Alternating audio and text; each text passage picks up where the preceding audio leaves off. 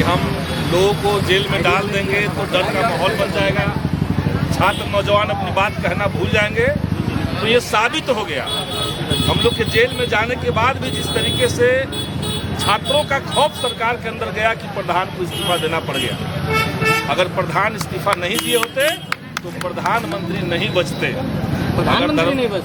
अगर धर्मेंद्र प्रधान इस्तीफा नहीं दिए होते तो आज देश के अंदर प्रधानमंत्री भी नहीं बचते, उनको भी जाना पड़ता। तो ये तो बहुत बड़ी जीत है छात्रों की। हम लोग को जेल में रखा गया, जेल का भी एक अनुभव जुड़ गया हम लोग के साथ।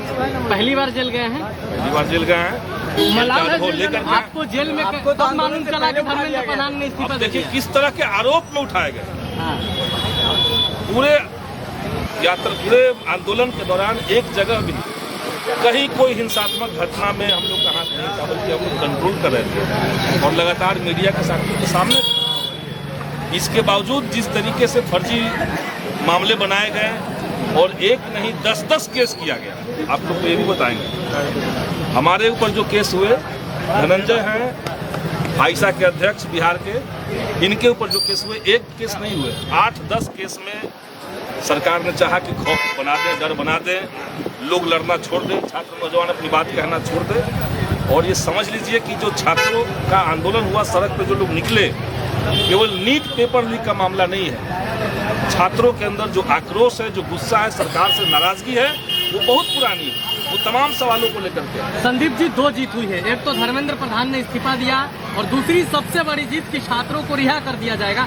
लेकिन क्या धर्मेंद्र प्रधान के इस्तीफे से सिस्टम सुधर जाएगा? नहीं, हम तो नहीं मानते। वो एक महत्वपूर्ण मांग थी हम लोग की, आंदोलन की सबसे महत्वपूर्ण मांग थी, पहली मांग थी। बल्कि वो एक सिंबॉलिक, जहाँ पे हम ये गारंटी करने की कोशिश कर रहे थे कि अगर इतना बड़ा कांड हुआ, अगर लगातार पेपर लीक हुए, तो सरकार को इसकी जवाबदेही लेनी पड़ेगी। कोई न कोई तो जिम्मेदार होगा।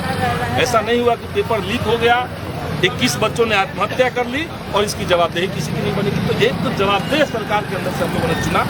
लेकिन सही बात है कि शिक्षा का बर्बादीकरण जिस तरीके से बीजेपी के शासन में हो रहा है, रोजगार के मौकों का जिस तरीके से खात्मा सरकार कर रही है, इन सब चीज़ों को लेकर के, और किसी भी मंच पे आप देखिए, केवल शिक्षा मंत्री निकम्मा है, बेकार है, करप्ट है, वो तो है ही।